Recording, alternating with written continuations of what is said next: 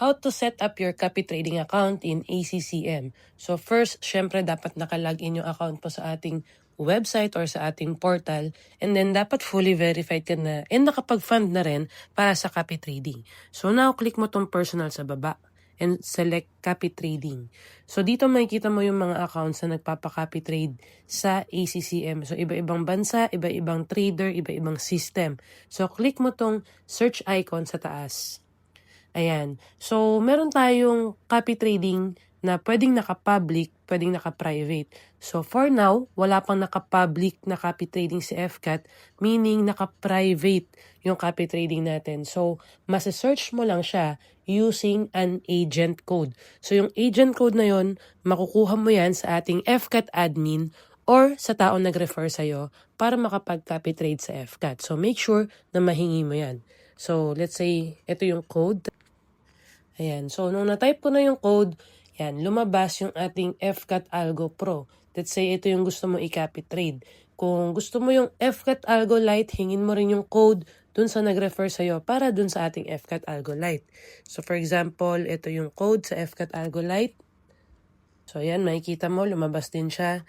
So for example, ang napili mo i-copy is FCAT Algo Pro. Nakuha mo na yung code, lumabas na siya. Select mo lang yan. Okay, and then, makikita mo yung kanyang statistics, yung kanyang performance. Nakikita mo na rin dito yung total profit niya, which is $93.67 in just 3 days. Ito yung kinita ng ating account. So, ayan, nandito yung mga requirement, no? At least $200 for FCAT Algo Pro. For FCAT Algo Lite, $100.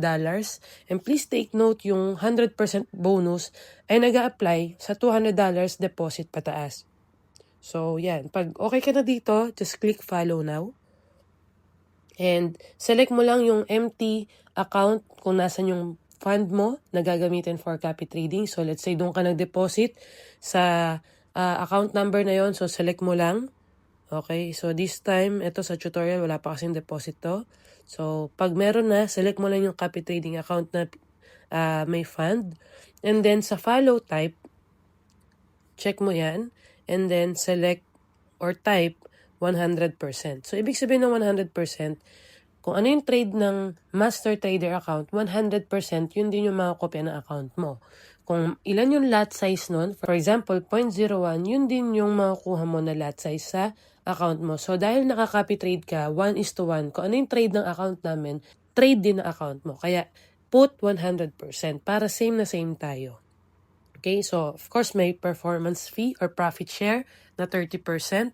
So, kagandahan dito sa profit sharing, hindi ka naman mababawasan kung hindi ka mag-profit. So, of course, win-win yan. Kailangan mag-profit ka para magkaroon ng profit sharing yung master trader. Kaya wag kang mag-alala kasi ang ating algo is maganda, nakakapagbigay ng return ng 5 to 10% daily sa ating FCAT Algo Pro, 1 to 2% sa ating FCAT Algo Lite, and sa iba pang copy trading natin. Yan. So, once na okay ka na dito, ganyan lang kasimple, click follow now. And then once na nakaka-copy ka na, all you have to do is ilog in yung iyong copy trading account na MT5 sa MetaTrader para ma-monitor mo, ma-view mo yung actual na trades na account mo. So, see you sa next tutorial.